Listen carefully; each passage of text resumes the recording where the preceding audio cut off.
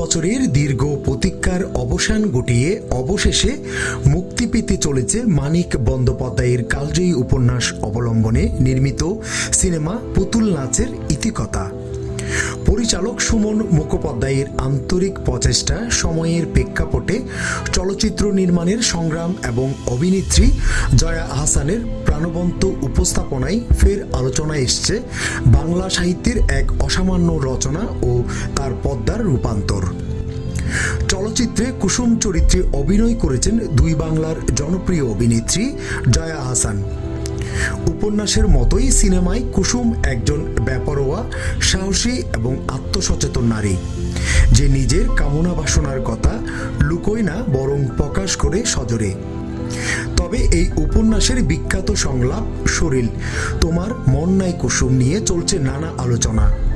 কেউ বলেন এটা শশীর সংলাপ, কেউ বলে মানিক বন্দ্যোপাধ্যায়ের ভাবনা। পরিচালক সুমনের মতো চিত্রনাট্যে এই দ্বিধা কাটিয়ে দেওয়া হয়েছে, স্পষ্টভাবে দেখানো হয়েছে এটি শশীর দৃষ্টিভঙ্গি। পুতুল নাচের ইতিকথা শুধু একটি সিনেমায় নয়, বরং সময়ের বাঁকে বাঁকে আটকে থাকা এক সুশীল নীরব যুদ্ধের প্রতীক। এটি একদিকে যেমন সাহিত্যের গভীরতা ধারণ করে, তেমনি অন্যদিকে জয়া আহসান, সুমন মুখোপাধ্যায় এবং অন্যান্য শিল্পীদের নিবেদিত প্রাণ অভিনয় এবং নির্মাণের মাধ্যমে সমকালীন সমাজের মুখোমুখি দাঁড় করায় দর্শককে।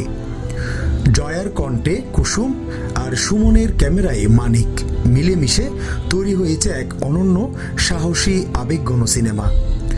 15 বছরের প্রতীক্ষা শেষে সিনেমা প্রেমীরা এবার দেখতে পাবে সাহিত্যের পুতুলরা পদ্মায় কতটা জীবন্ত হয়ে উঠতে পারে। Suman Chakraborty, news TV 50 news desk.